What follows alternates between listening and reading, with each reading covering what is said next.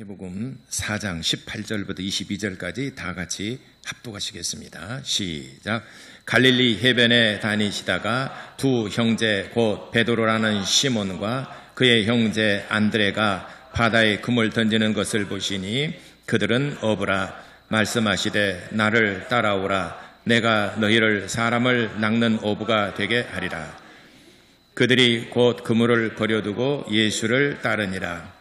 거기서 더 나아가시다가 다른 두 형제 곧 세베대 아들 야고보와 그의 형제 요한이 그의 아버지 세베대와 함께 배에서 금을 깁는 것을 보시고 부르시니 그들이 곧 배와 아버지를 버려두고 예수를 따르니라. 오늘 이 성경 본문의 말씀은 베드로와 그리고 안드레 또 야고보와 요한 이 네 명의 제자를 부르시는 장면입니다. 예수님께서 왜 이들을 부르셨을까 하는 것을 우리 염두에 두면서 같이 은혜 나누는 시간 갖도록 하겠습니다. 우리 하나님은 마음에 합한 자를 부르신다. 두 번 같이 고백합시다. 시작. 하나님은 마음에 합한 자를 부르신다. 하나님은 마음에 합한 자를 부르신다. 아멘.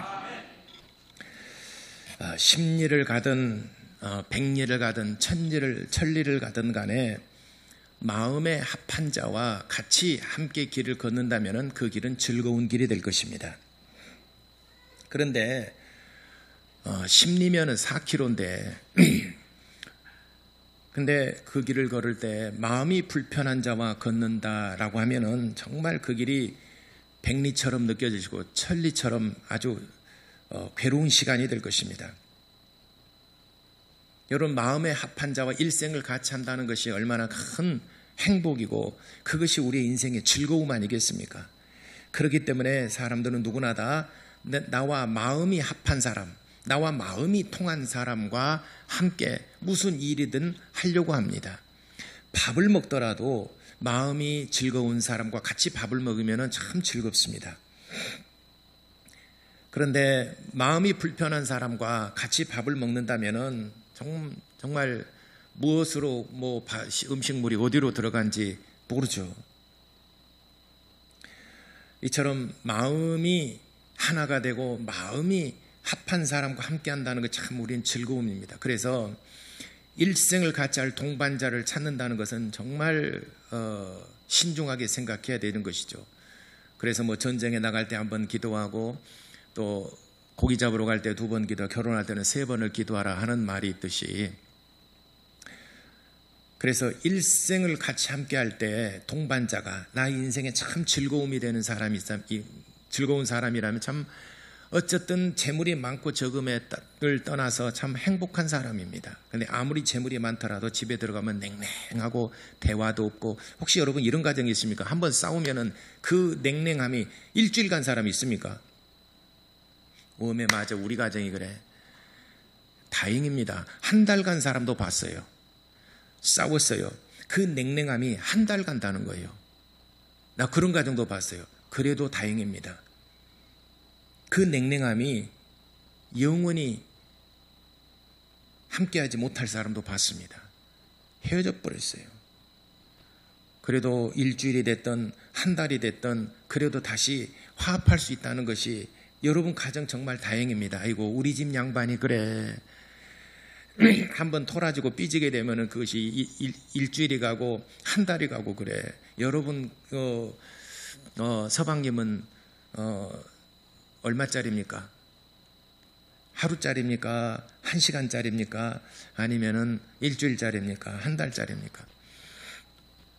아이고, 목사님 그 말도 마세요. 우리 마누라가 그래요. 우리 마누라가 삐지면은 일주일짜리예요. 밥도 안 해주고 냉랭하게 집에 가서 대화도 없고 냉랭하게 싸우게 되면 얼마나 참 마음이 불편합니까?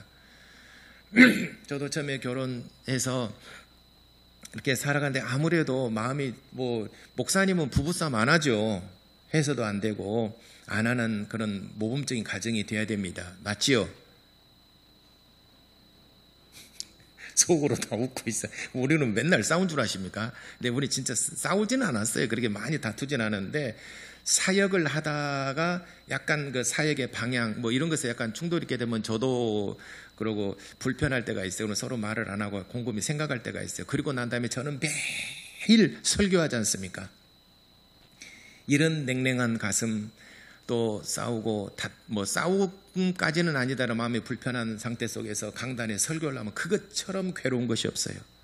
내 마음속에서는 이미 짜증이 나 있고 하는데 정말 하나님의 말씀을 대언하는 대언자로서 너무너무 괴롭고 힘들어요. 그게 저는 제일 힘든 게 그게 힘들어요. 매일 설교자로 삶을 산다는 거, 매일 새벽 기도에 설교를 해야 되죠. 구역 예배 있죠.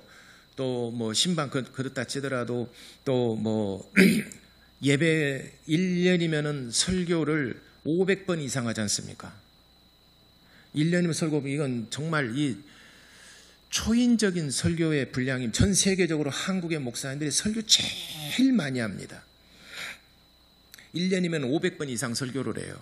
요즘에는 조금 코로나 때문에 조금 줄어들긴 했지만은 정말 이게 그렇다라고 해서 설교를 쉽게 가볍게 할 수 있는 것도 아니고 설교했던 소재들이랄지 설교의 구성이랄지 또 성도들의 그 상태, 성도들에게 어떤 설교를 할 것인가, 어떤 말씀을 오늘 하나님께서 주시기 위해서 부르셨는가 매일 기도하고 그걸 하나님께 물어야 되지 않습니까? 오늘 또 하나님께서 여러분들을 부르신 이유가 있어요. 어떤 말씀을 들려주시려고 하나님께서 부르셨을까? 저는 제가 설교를 준비할 때, 원고를 준비할 때 항상 제가 하나님께 묻고 기도하는 것은 하나님 이번주는 어떤 말씀을 주시렵니까? 항상 묻습니다. 설교가 그냥 주석에 찾아서 주석에 있는 설교, 이 참 소재가 좋다, 이런 주석 살가서 이렇게 하는 설교는 그리 어렵진 않아요. 성경의 지식만 있으면 되니까, 전달하는 수단과 방법에 있어서 테크닉만 있으면 되니까. 그렇지만 정말 어려운 것이 하나님께서 오늘 부르셨습니다. 또 수요일 날도 부르시고 금요일도 부르시고 언제든 하나님 부르셨습니다. 목적이 있어서 부르신 것입니다. 하나님께서 그냥 괜히 정규적인 시간이 됐으니까 하나님께서 나 다 모여라 출석 체크하자 해서 부른 것이 아니라 뭔가 하나님께서 말씀하시고자 하는 것이 있어서 부르셨다는 거예요. 오늘도 여러분들을 부르신 것은 뭔가 하나님께서 말씀하시고자 해서 부르신 것입니다. 그래서 오늘 무슨 말씀을 하시려고 하느냐? 예수님께서 제자들을 부르시는 장면에 4명이 아주 중요한 사람 4명이 있습니다. 이 사람들이 어떤 상황, 어떤 상태에서 왜 주님께서 부르셨는가? 마가복음 3장 13절에 예수님께서 12제자를 부르실 때는 전부 다 자기 마음에 원하는 자들을 부르셨다라고 그랬습니다. 우리 주님께서 12제자를 부르실 때에 자기 마음에 원하는 자들, 자기 마음에 원하는 자들이 뭐겠습니까? 마음에 합한 자들. 마음에 나와 마음이 하나가 되고 내 마음을 정말 이해해 줄 수 있고 내가 또 이렇게 부탁을 하게 되면은 좀 들어줄 수 있는 책임감 또는 사명감, 성실하고 뭐 이렇게 할 수 있는 사람을 주님께서 부르셨다는 것입니다. 주님께서 부탁을 했는데 그냥 못 들은 채 버리고 보내셨는데 딴 길로 가버리고 맡겼는데 다른 데로 써버리고 성실하지 못하고 착하지 못하고 이런 사람을 주님이 부르셨겠습니까? 오늘 이 성경 가만 보십시오.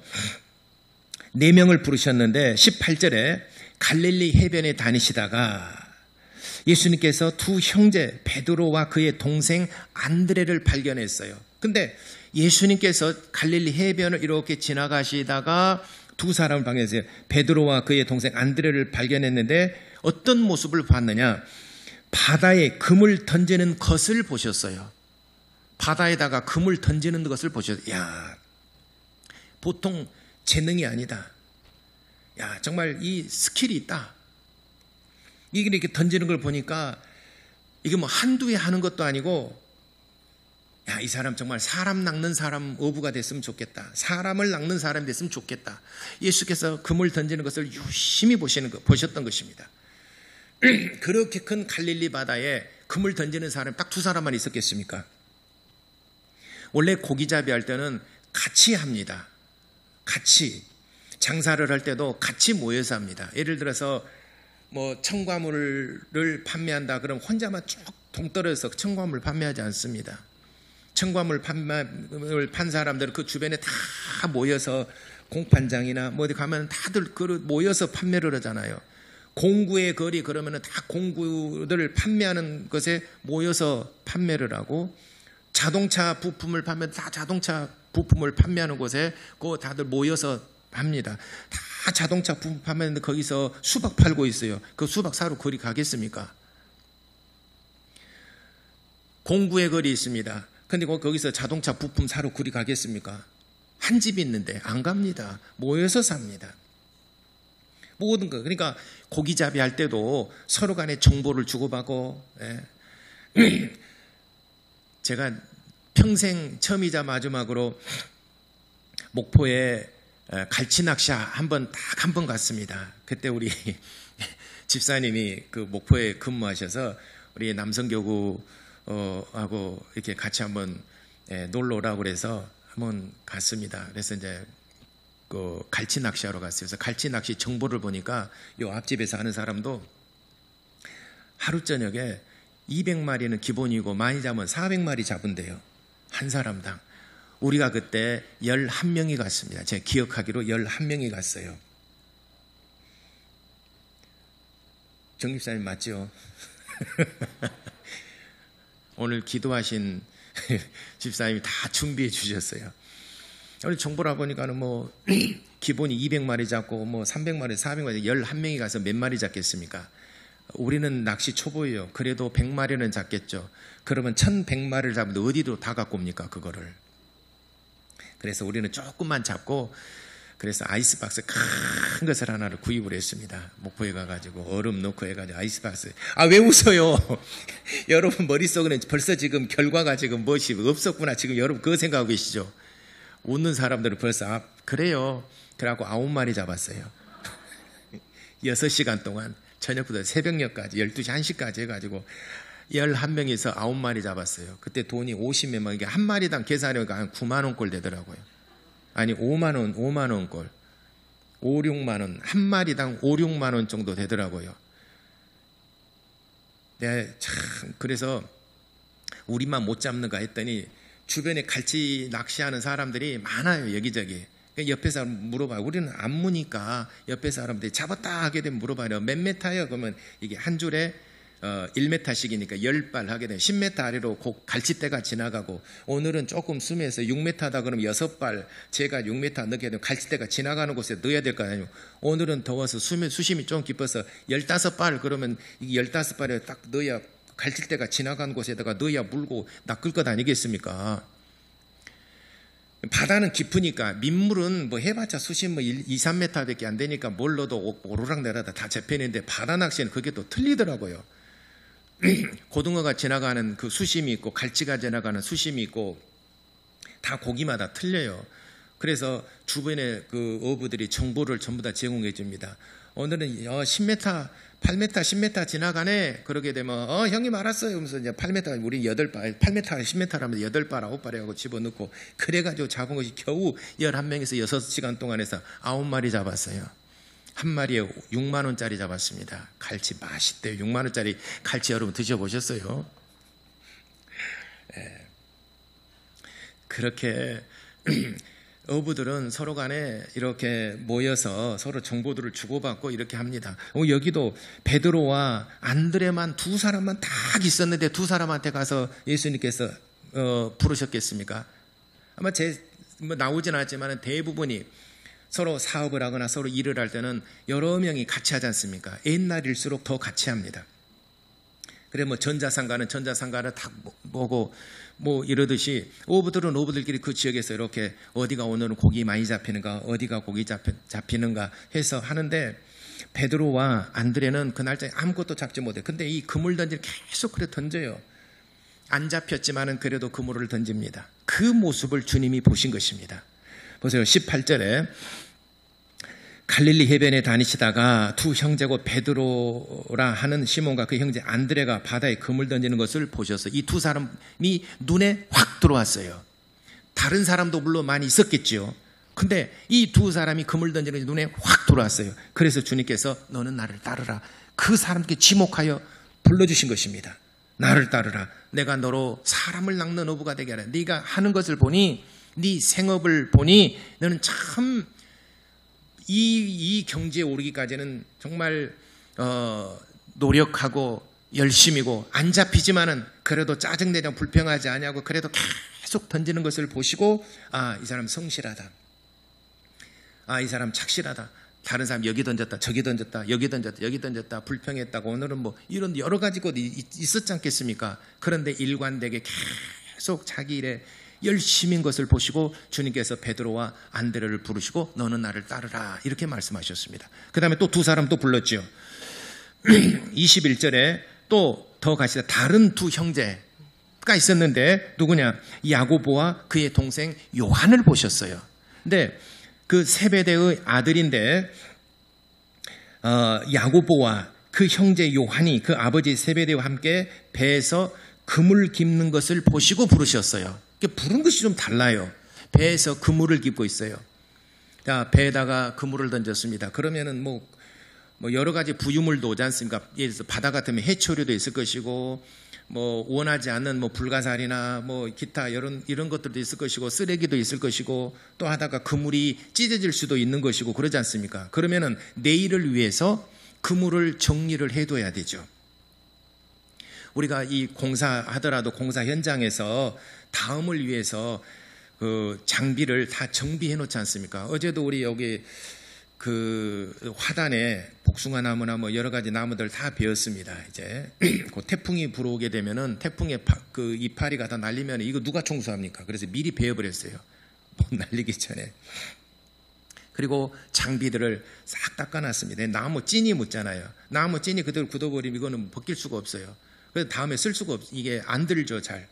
그것도 버리고 또 사야 되잖아요. 근데 나무 찐이 아직은 남아있을 때 그거 다 벗겨내고 다 수리하고 정비하고 기름 지르고 닦고 다음을 위해서 준비해두면 다음은 훨씬 오래 쓸 수 있고 효율적으로 쓸 수가 있는 것이죠. 그래서 목수들은 자기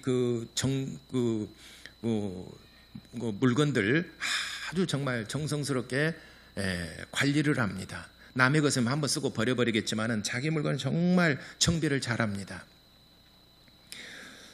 이 야고보와 요한을 보니까 그의 아버지와 함께 배에 올라가서 그 그물을 다 찢어진 것은 그물을 깁고 뭐 해초류가 있었던 뭐 쓰레기가 있었던 다 걸러내고 그래서 내일을 위해서 다 정비하는 모습을 보시고 아, 합하다. 내 마음에 합하다.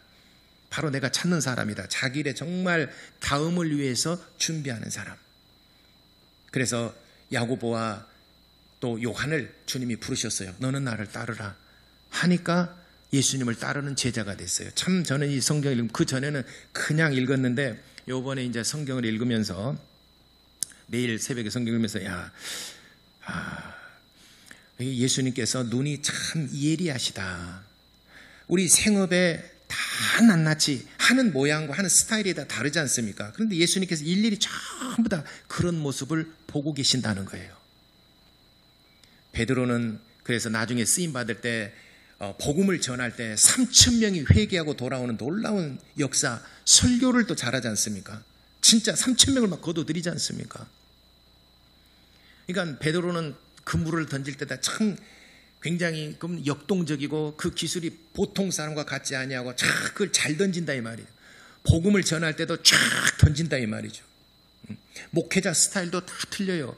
카리스마적으로 뭐 마이크를 빼들고 왔다 갔다 하면서 막 설교하는 사람도 있거니와 꽂아놓고 그저 이렇게 잘 가르치고 이렇게 하는 설교한 사람들도 있고 어떤 사람 정말 유머러스하게 잘 또 이게 가르치는 머리에 속속 들어오게 또 이해가 잘 되게 가르치는 사람도 있고 목사님마다 다 틀려요.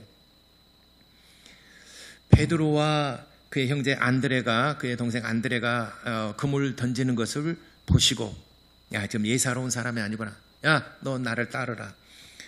또 세베대 두 아들 야고보와 요한을 보니까 야 또 배에서 내일을 위해서 정말 성실하게 자기 일을 정말 사랑하고 또 내일을 위해서 준비하는 그 모습을 보시고 너는 나를 따르라. 주님께서 부르셨어요. 또 예수님께서 12제자를 부르실 때 다 이런 모습을 보신 겁니다. 마태 세리가 세관에 앉아서 그 일하는 것도 하나님께 주님이 다 보셨어요. 그리고 잔치를 베풀 때에 누구나 사람을 가리지 아니하고 바리새인이나 서기관이나 죄인들이나 누구든지 다 불러서 잔치를 베푸는 것을 우리 주님께서 보신 것입니다. 마태복음 9장에 마태 세리가 세관에 앉아서 잔치를 베푸시는 것을 주님께서 보셨어요. 야, 이 사람은 참 베풀기를 좋아하는 사람이다. 끼리끼리 놀고, 돈 있는 사람끼리 놀고, 부자끼리 놀고, 이렇게 하는 것이 아니라 누구나 다 이렇게 아우를 수 있는 사람을 주님 보셨어요. 나다나엘을 하는 주님이 부르실 때도 빌립도 부르시고 나다나엘을 부르셨습니다. 나다나엘을 부르실 때 무화과 나무 아래서 메시아가 오시기를 간절히 사모하고 기다리는 그 모습을 주님이 보셨어요. 그러니까 예수님께서 제자들을 부르실 때 누가복음 3장, 마가복음 3장 13절 결론적으로 12제자를 부르실 때 자기 마음에 합한 자들, 마음에 원하는 자를 다 부르셨는데 우리 주님께서 생업에 각각 자기 일선에서 일하고 있는 모습을 주님께서 면밀하게 보신 것입니다. 그래서 예수께서 비유를 들어서 말씀하신 것처럼 다른 사람 일에 불의한 자를 어떻게 내 재물을 그에게 맡기겠느냐.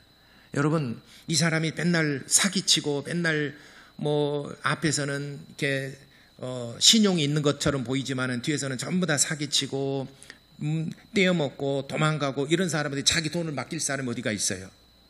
세상 일에도 충실한 사람이 주님의 일에도 충실합니다. 세상에서 맨날 사기치고 거짓말하고 그 통계가 맞는지 안 맞는지 모르지만 제가 청년 때 들었던 설교 가운데 한국에 약 한 4만 5천 명에서 5만 명의 목회자가 있는데 그 중에서 전직 사기꾼은 한 명도 없다는 거예요. 물론 감옥에 들어갔다가 출소해서 정말 바른 예수님 만나고 이렇게 해서 목회자 된 사람도 있고 또 경제적인 거나 또 폭력이나 여러 가지 이런 것에 있는 사람도 있을 수도 있어요. 그렇지만 전직 사기꾼은 한 명도 없다는 걸 제가 청년 때 들었어요. 확인은 안 해봤지만은 그 말이 또 일리가 있는 얘기고 맞는 얘기일 것 같아요. 예. 왜냐하면 사기꾼은 싹구목자거든요. 그래서 불의한 재물이라는 것은 이 세상의 모든 재물을 말하는 것이죠. 세상 일을 말하는 것이죠. 이 세상과 주님의 일과 대비를 했을 때 불의한 것과 의로운 것 이렇게 구별을 하자. 물론 세상이 다 나쁘다는 얘기가 아닙니다. 그래서 세상 일에 불의한 자가 어떻게 주님의 일에 충성할 수 있겠는가? 그리고 예수님께서 제자들을 부르실 때 자기 생업에 종사하고 있는 그 모습을 낱낱이 보셨어요. 그물 던지는 것도 보시고 배에 앉아서 아버지와 함께 그물 깁는 것도 보시고 무화과 나무 아래서 메시아가 오기를 기다리는 것도 보시고 잔치를 베풀 때 그 사람이 좋아하는 사람과 권력 있는 사람과 돈 있는 사람과 함께 노는 것인지 아니면 죄인까지 다 불러서 잔치를 배선하고 그 사람들을 먹이는지. 참 어제도 이렇게 일할 때 정말 어제도 덥고 또 이렇게 막 하는데 그 사람은 참 아이스크림을 사가지고 와서 또 섬겨줍니다. 나도 저래야 되는데 아이스크림을 사와서 섬겨주고 막 땀 흘리고 그 일하는 모습을 보고 네가 가서 섬겨라. 그래서 아이스크림 사가지고 와서 섬겨서 아이스크림 먹을 때 좀 그 생각했어요. 야, 나도 좀 저렇게 좀 했으면 좋겠다. 남이 힘들고 좀 애쓰고 수고하는 모습 볼 때 나도 뭔가 이렇게 그 동참은 못하더라도 뭔가 좀 줄 수 있는 사람, 몇 푼 안 되지만은 그래도 항상 잔돈을 베풀 수 있는 사람, 이게 정의지 않습니까? 어디 갈 때 맨날 지갑에다가 수표만 넣어 갖고 다니는 사람, 내가 돈 내려고 내가 수표네, 이런 사람 말고 그냥 1, 2만 원 이렇게 넣어 갖고 다니면서 붕어빵도 사주고 아이스크림도 사주고 이게 커피 한 잔도 사주고 항상 먼저 이게 그 많은 돈 아니고 한 1, 2만 원 정도 베풀 수 있는 사람. 나는 왜 이렇게 안 되나? 머리가 왜 이렇게 안 돌아가나? 머리가 안 돌아가니까 마음이 안 돌아간 것 같아요. 마태는 그렇게 주님의 부르심 받았어요. 참 잘 베풀어요. 잘 베풀어요. 사도 바울이 빌립보 지역에 가서 전도할 때 맨 처음 만난 사람이 루디아입니다. 루디아가 뭐냐면은 염색을 해서 옷감을 파는 사람이에요. 염색을 해서. 당시에 옷감도 귀한데 염색을 해서 파는 사람에는 귀부인들이나 상당히 있는 사람들을 상대로 하니까 돈이 많은 사람인 것 같아요. 그런데 사도 바울이 사역을 할 때 자기 모든 것을 다 내놓고 그 지부에서 머물게 했습니다. 참 이렇게 돈이 있는데 물질도 있는데 그걸 멋있게 쓸 수 있는, 복음을 위해서 쓸 수 있는 사람, 루디아 같은 사람, 또 마테와 같은 사람, 사람을 구별하지 아니하고 다 섬겨줄 수 있는 사람, 정말 푼돈이라도 단 아이스크림 하나라도 붕어빵 하나라도 좀 사 먹일 수 있는 사람, 우리 삶의 현장에서 나는 왜 이렇게 그게 안 되나, 머리가 안 돌아간 게 아니라 생각을 해야 가슴이, 마음에 그게 없는 것인가. 제가 아이스크림 먹으면서 그런 생각을 했어요. 큰 건 아니지만 그런 생각을 하면서 나도 정말 이제는 그렇게 살아야 되겠다. 뭘 하더라도 뭔가 내가 좀 그렇게 살아야 되겠다. 늘 이제 마음에 생각을 하고 살아야 된다. 그런 생각을 했습니다. 그래서 오늘 성경의 본문의 말씀은 두 가정의 형제간들인데 네 사람을 부르실 때 각각 다른 상황, 같은 장소에서 일어나고 있었지만은 우리 주님께서 아주 우리 소위 말하는 매의 눈으로 정말 그를 살펴보신 것입니다. 여러분들 모든 삶에 우리 주님께서 다 살펴보고 계십니다. 어떻게 사는가? 코로나 바이러스가 만연할 때 어떻게 사는가? 어떻게 지내는가? 예배를 어떻게 지내는가? 내가 정말 교회를 사랑하는가? 예배를 사모하는가? 정말 기도의 힘을 잃어버리지는 않았는가? 항상 하나님이 살펴보십니다. 살펴보시다가 주님의 마음에 합하고 주님이 원하신 자들을 부르셔서 정말 하나님의 귀한 비밀들, 다른 사람이 아닌 정말 하나님의 정말 귀한 비밀들을 그와 그 가정의 자녀들에게 맡기시지 않겠습니까? 내 재물을 맡길 때 성실하고 착실하고 착한 사람에게 맡기지, 불의하고 사기치고 이렇게 하는 사람한테 내 재물을 누가 맡기겠습니까? 그래서 구약 시대에는 이스라엘 백성들이 제사를 드리러 올 때, 성전이나 성막에 제사를 드리러 올 때 제사장과 대제사장은 그의 성품과 그의 행실과 그의 삶이 참 어렸을 때부터 양육받고 계속 어렸을 때부터 양육받은 사람들이 제사를 집행을 합니다. 제사장이 됩니다. 또 제사장이 부족할 때 나실인들이 있죠. 나실인들도 한 달짜리 나실인이 있고 1년짜리 나실인이 있고 또 평생 나실인이 있습니다. 자기가 서원을 합니다. 서원을 할 때는 이제 그 규율을 다 지켜 행합니다. 그 규율을 지켜 행하지 않으면은 나실인이 될 수 없습니다. 그래서 나실인 중에서 제사장이 된 사람이 있어요. 한 달짜리가 있고 1년짜리가 있고 자기가 기간을 정합니다.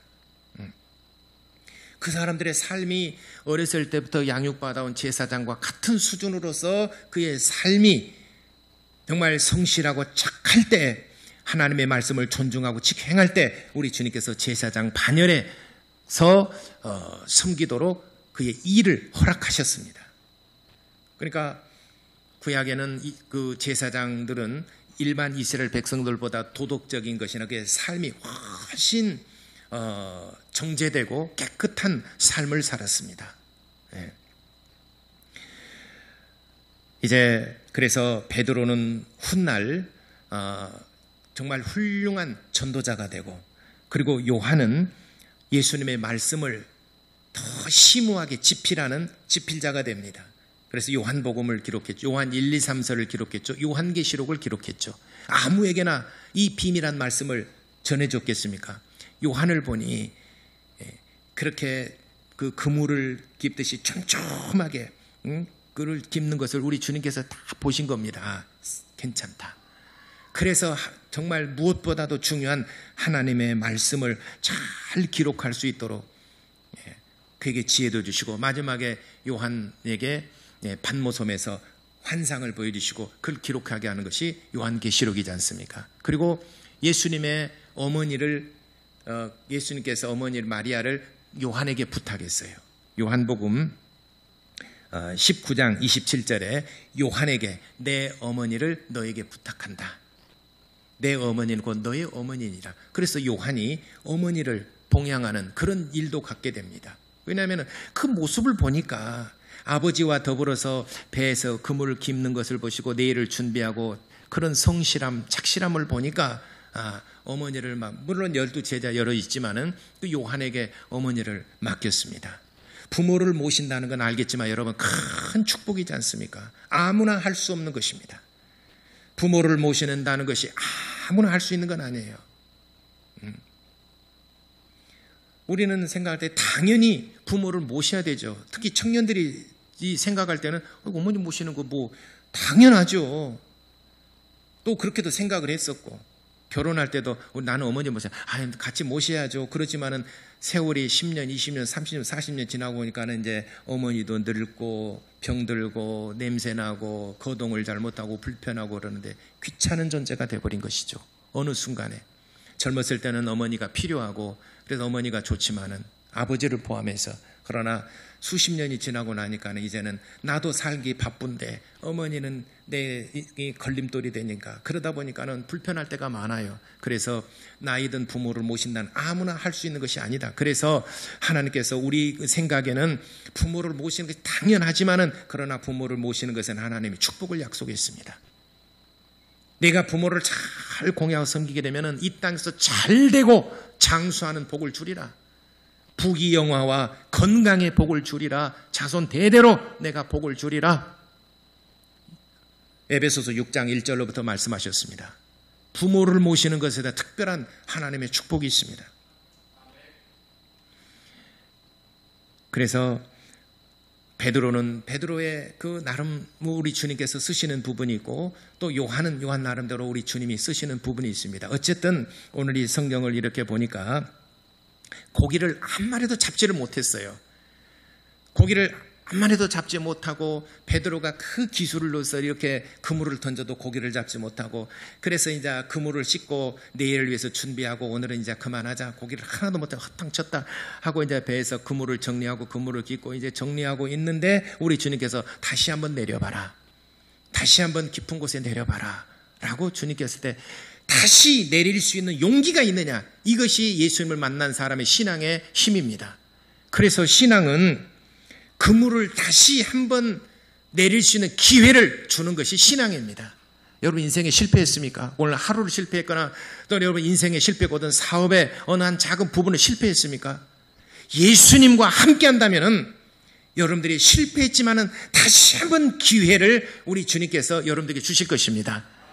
다시 한번 주님께서 그물을 내려봐라 할 때 그물을 내렸어요. 배에 가득하여 아주 2배 가득해서 아주 다른 동료들을 불러서 그러니까 다른 동료들을 불렀다는 것은 2사람만 있었다는 게 아니라 여러 사람이 있었습니다. 그래서 그물을 고기를 잡았습니다. 여러분 삶이 힘들고 뭐 실패한 것 같고 얻은 것도 없는 것 같을 때 우리 주님을 만난 삶은 다시 한번 재도전하고 다시 한번 그물을 내릴 수 있는 용기와 힘을 주시는 분이에요. 그때 여러분들이 순종하게 되면은 그물 가득하게 정말 하나님께서 복을 내려 주실 것입니다. 근데 중요한 것은 그렇게 해서 배에 아주 가득히 고기를 잡았어요. 아이고 우리 주님이 축복해 주셔서 우리 주님을 만나서 내가 이렇게 고기를 많이 잡았다라고 정말 이제는 흥겹고 즐거움이 있을 것인데 이 사람들은 제자들은 그렇게 하지 않냐고 고기와 그물을 버려두고 예수님 앞에 엎드려서 주여 나는 죄인이로소이다. 이 사건을 통해서 복을 받아서 물질의 많은 복을 가지고 이제는 우리 가족과 더불어서 행복하게 살겠다 이렇게 생각한 것이 아니라 내가 예수를 만남으로 인해서 내가 죄인임을 깨달았던 것입니다. 내가 죄인임을 깨달았던 것이에요. 정말 많은 고기를 잡고 사업이 잘된 복보다 내가 예수를 만나서 내가 비로소 죄인이라는 사실을 깨달았던 것, 그것이 이 베드로와 야고보, 요한, 안드레에게는 정말 귀한 축복인 것입니다. 그래서 평생 그렇게 해서 예수님을 따르는 제자가 됐습니다. 여러분 그물을 다시 한번 내릴 용기, 그게 신앙이에요. 예수님을 만난 사람은 지금까지 삶이야 어쨌든 우리가 죄를 짓고 잘못을 했고 실패했고 얻은 것이 없을지라도 우리 주님을 만나면 다시 한번 용서받아서 재도전할 수 있는 힘을 주님이 주시는 것이고, 또 내가 얻은 것이 없을지라도 예수님을 만나면 정말 하나님께서 배 가득하게 고기를 잡는 복을 주실 것이고, 다시 한번 일어설 수 있는, 다시 한번 시도해 볼 수 있는 힘을 주시는 분이 바로 예수님이십니다. 그렇게 해서 예수님을 만난 사람은 이제는 물질의 복을 받고 잘 되었습니다. 그런다라고 해서 물질을 가지고 세상으로 가는 것이 아니라 물질은 놔두고 이 물질을 가지고 주님 앞에 쓰임받고 주님 앞에 내려놓고 주님 앞에 드리는 삶. 복자들은 이렇습니다. 하나님께서 내게 복 주셔서 많은 사업이 잘 되고 복을 받아서 내가 이렇게 잘 됐습니다. 근데 주님 앞에 얼만큼 헌신했습니까? 라고 묻는다면 드린 게 없어요. 11조도 온전히 드리지도 못하고 내가 많은 복을 받았다라고는 하지만은 주님 앞에 쓰임받은 얘기는 하는 간증들은 별로 많이 없더라고요.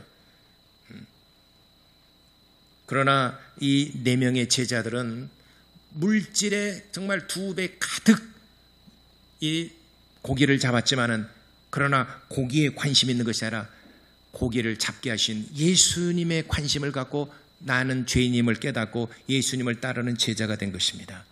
여러분, 우리의 신앙은 다시 한번 용기를 시도할 수 있는 용기를 주시는 분이 바로 우리 주님이십니다. 그것이 우리의 믿음이고 우리의 신앙입니다. 그분께서 우리의 삶을 면밀히 살펴보시고, 그러다가 마음에 원하는 자들, 착한 사람, 합당한 사람들을 부르셔서 아주 귀한 말씀도 주시고 복을 주시고 사명도 주시고 평생 주님과 함께하는 복을 누리게 되는 것입니다. 그런 성도, 주님의 부르심에 합당한 성도 여러분 되시기를 예수 이름으로 축원합니다. 기도하겠습니다.